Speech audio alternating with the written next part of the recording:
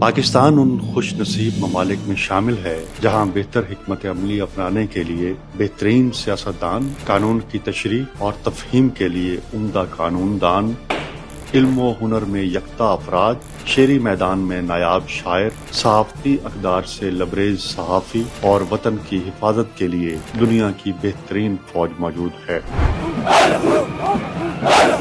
قائد اعظم جیسے قانون دان نے الگ وطن کا مطالبہ کر کے مسلمانان بر صغیر کو شناخت عطا کی۔ آپ آزاد ہیں، آزاد رہیں۔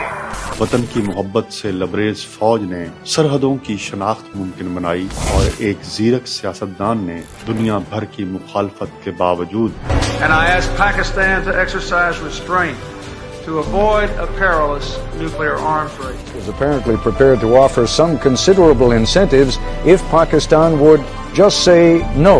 Neither the stick of American sanctions nor the carrot of additional U.S. aid was enough to stop the nuclear tests. Pakistan کو ایٹمی طاقت بنا کر ناقابل تسخیر کر دیا۔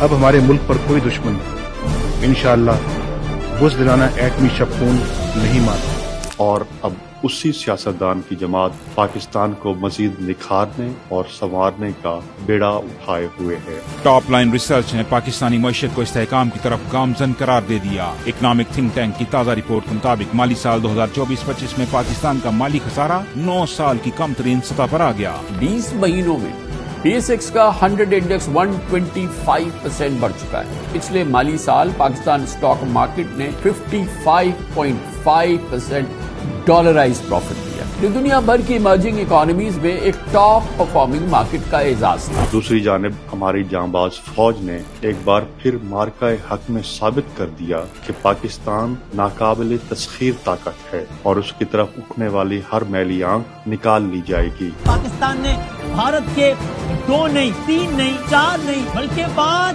طیارے مار گرائے ہیں۔ India lost prized fighter jets. Pakistan will strike تو ہمیں اور آپ کو انڈیا کے میڈیا کی ضرورت نہیں اسے بتانے کی۔ The whole world will come to know. Pakistan says the country has launched a retaliatory military operation against India. Bismillahirrahmanirrahim. Today on 10th May at the time of Fajr, we have given a strong punch.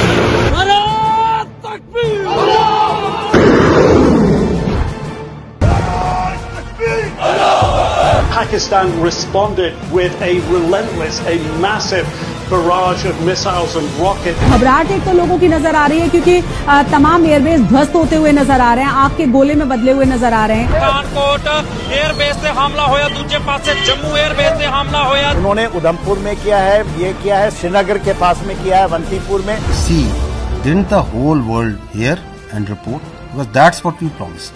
Your armed forces promised and delivered that. Pakistani قوم اس بار 79واں یوم آزادی ملی جوش و جذبے سے منا رہی ہے اور اس مرتبہ اس خوشی میں مارکہ حق کی جیت بھی شامل ہے۔ اللہ سے دعا ہے کہ وہ اس قوم کی خوشیوں کو بری نظر سے محفوظ رکھے، آمین۔